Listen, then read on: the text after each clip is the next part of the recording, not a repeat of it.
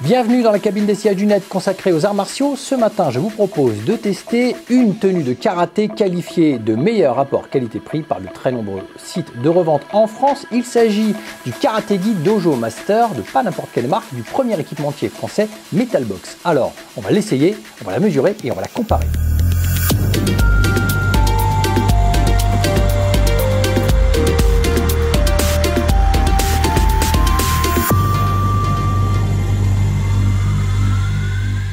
Bon les amis, ça va donc faire un an que les cabines d'essayage du net consacrées aux arts martiaux sont arrivées sur la chaîne. J'espère d'ailleurs que ce format vous plaît. N'hésitez pas à me dire dans les commentaires en tout cas ce que vous en pensez, à partager, à aller voir aussi sur le site internet officiel des tutos du Sensei, puisque dessus sont référencées donc toutes les cabines d'essayage. Vous pouvez donc replonger dans les marques qui vous plaisent le plus pour pouvoir comparer et trouver la tenue que vous souhaiteriez éventuellement acheter.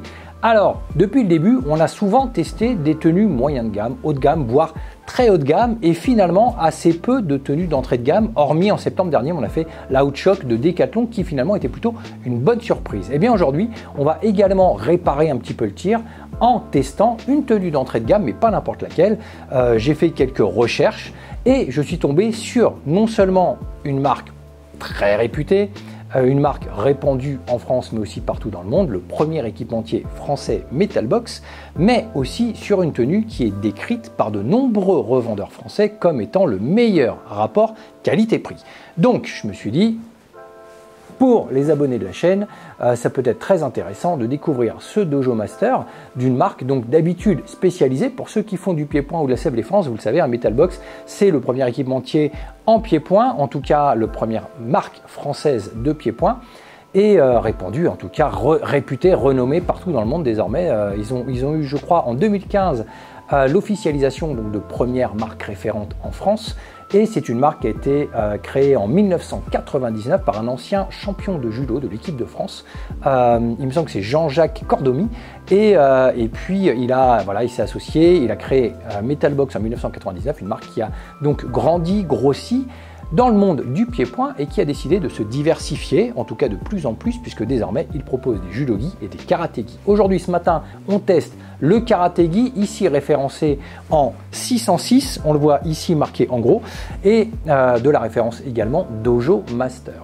Alors, c'est une marque qui va être affichée en boutique entre 30 et 35 € pour une tenue adulte, ce qui est vraiment un coût extrêmement bas, mais aussi, en fait, c'est pour ça que je voulais vous la présenter, hors des revendeurs spécialisés. C'est-à-dire que c'est une tenue que vous allez pouvoir trouver, par exemple, dans les revendeurs, on va dire, spécialisés en sport, à savoir les Decathlon, les Intersport, les Go Sport. Voilà, c'est une marque que vous pouvez trouver en rayon et dans le catalogue.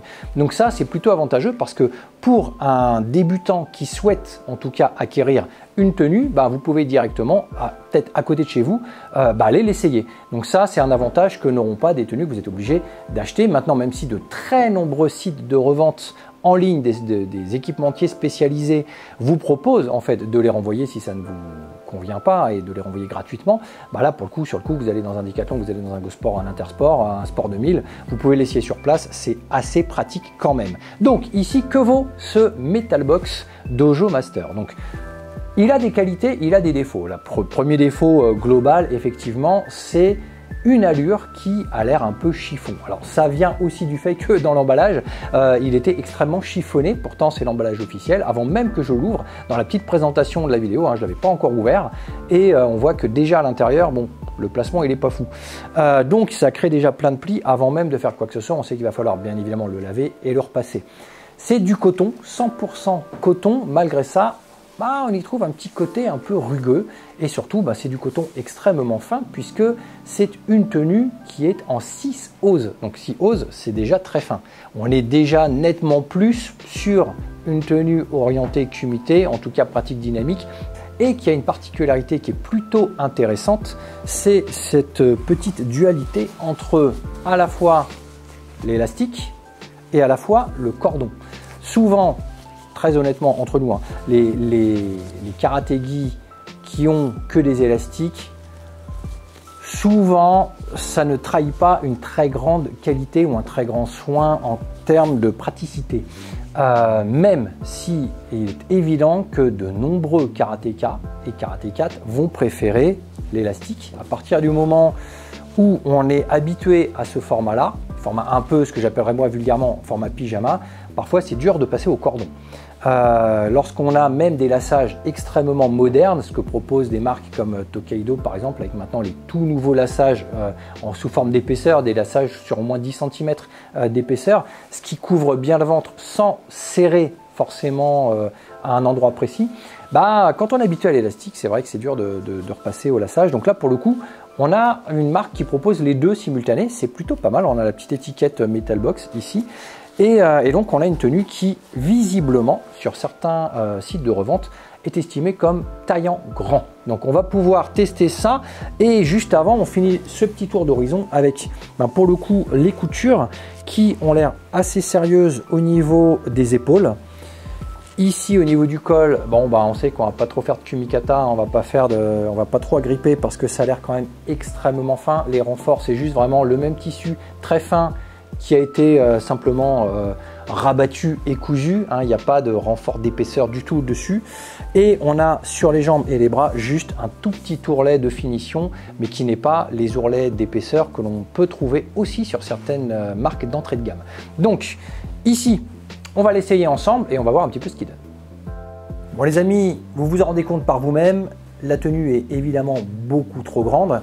D'habitude, je prends du 185 faisant 183. Ça m'arrive dans les tenues qui taillent très grand de prendre du 180. On se rend compte parfois que ce soit des équipementiers japonais ou occidentaux, certaines tenues ne taillent pas forcément pareil.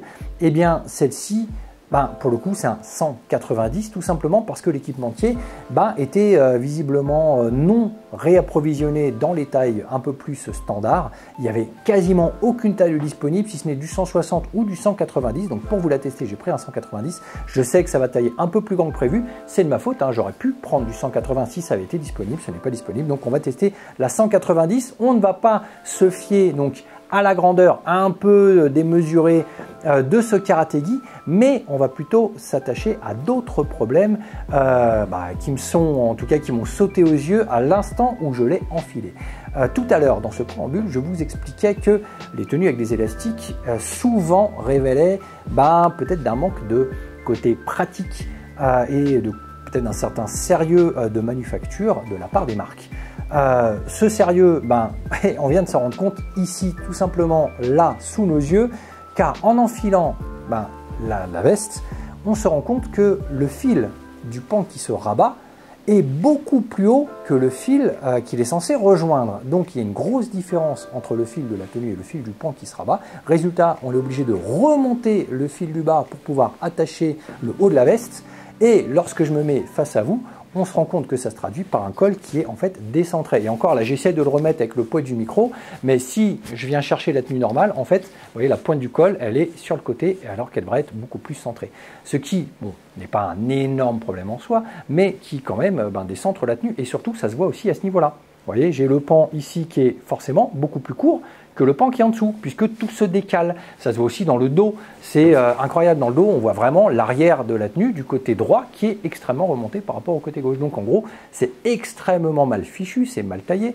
Une des premières choses qu'il vous faudra faire si vous vous équipez de cette tenue-là, ça va être de découdre la petite ficelle du pan qui se rabat pour pouvoir la redescendre de quelques centimètres afin qu'elle puisse se nouer correctement. Ce qui va peut-être atténuer l'effet col décentré et ce côté double pan de veste qui dépasse. Donc au niveau présentation, que ce soit à ce niveau-là ou à ce niveau-là, on n'y est clairement pas.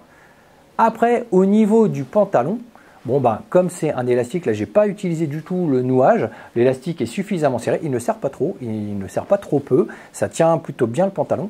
On a un petit peu l'impression quand même d'enfiler son pyjama, mais écoutez, ça tient. En tout cas, la tenue est relativement confortable. Forcément, j'ai pris une taille un peu plus grande, donc c'est assez ample, donc pour le coup on est plutôt bien.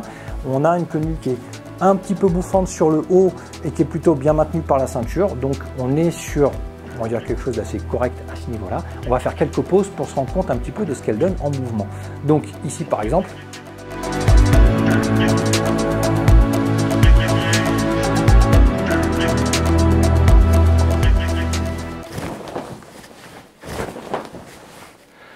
Vous voyez, ça claque pas.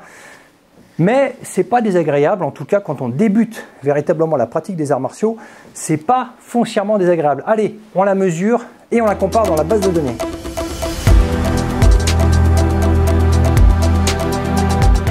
On retrouve en jaune notre Dojo Master face à une autre tenue plutôt abordable, Kamikaze K1 Kumite, elle aussi très légère et souple, bien que toutes les deux en 190 cm, on se rend compte que la veste du Metal Box est vraiment trop courte en plus d'être mal taillée.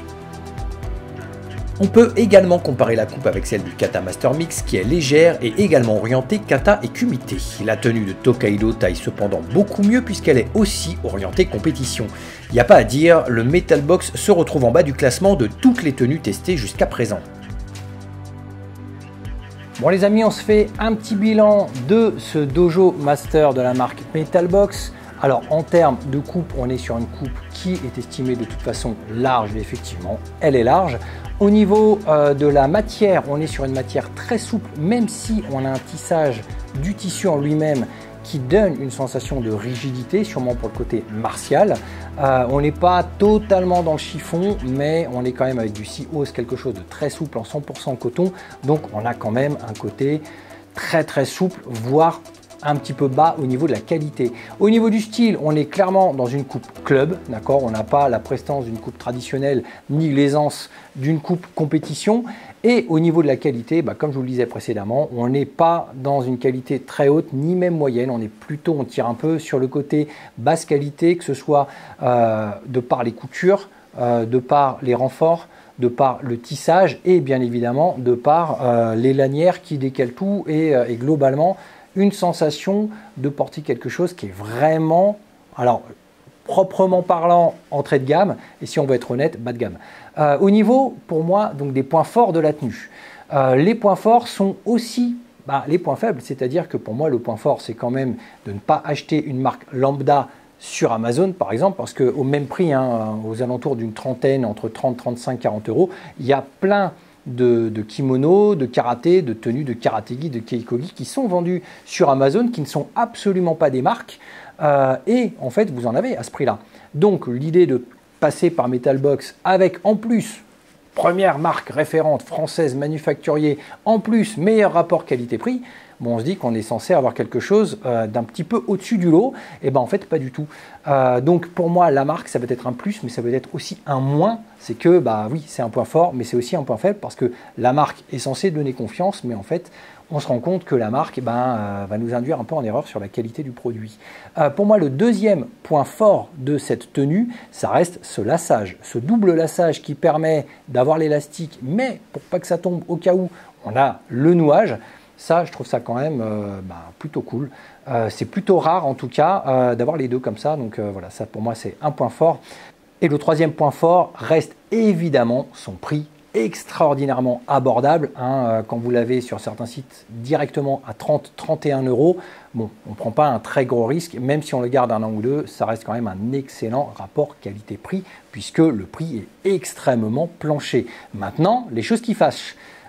Premier strike, pour moi c'est carrément un carton rouge, c'est cette lanière, ce placement de lanière qui est un grand n'importe quoi, qui décale tout. Résultat, le haut de l'arrière de la veste remonte, le bas du pan de la veste passe en dessous, le col se décentre, c'est un grand n'importe quoi, on ne ressemble pas à grand chose et je ne comprends pas comment, justement, une grande marque, le premier équipementier français, puisse laisser passer ça. C'est un manque de professionnalisme et de clairvoyance sur le côté pratique du pratiquant d'art martial qui va mettre sa tenue que je ne comprends pas. En tout cas, que ce soit une entrée de gamme ou un milieu ou un haut de gamme, quand on est un équipementier renommé, on ne doit pas faire ce genre d'erreur et pour moi c'est un carton rouge direct. Le deuxième carton rouge que je vais mettre, c'est aussi ce côté qualité de tissage qui va donner un peu la sensation, comme je disais tout à l'heure, un petit peu de porter un pyjama qui est vraiment très léger. On ne sait pas trop, c'est à mi-chemin. Alors, au niveau du look global, vous avez vu, ça c'est pas dramatique. Maintenant, au porté, on sent bien qu'on n'a pas une tenue martiale. Il y a un côté quand même extrêmement bas de gamme au niveau, au niveau de la tenue, au niveau du tissage. Donc, chacun verra midi à sa porte, chacun se fera son avis, évidemment. À 30 euros, 35 euros d'entrée de gamme, comme je vous dis, faut remettre les choses, les pendules à l'heure un petit peu. C'est pas très cher, donc on ne va pas s'attendre à quelque chose d'extrêmement poussé en termes de qualité. Maintenant, très honnêtement, j'ai trouvé que l'Outshock de Decathlon fait un travail nettement plus propre, que ce soit au niveau de la qualité, au niveau des finitions et au niveau de la coupe. Donc on est vraiment pour moi sur deux univers très très différents, alors que Decathlon n'est pas spécialisé dans les arts martiaux et les sports de combat, ce qui est censé être Metalbox et qui nous propose pour moi un produit qui n'est pas à la hauteur de la réputation de la marque. Donc voici mon petit bilan pour aujourd'hui. On a l'ensemble qui s'affiche ici avec justement pour le coup le prix qui est vraiment pas très cher.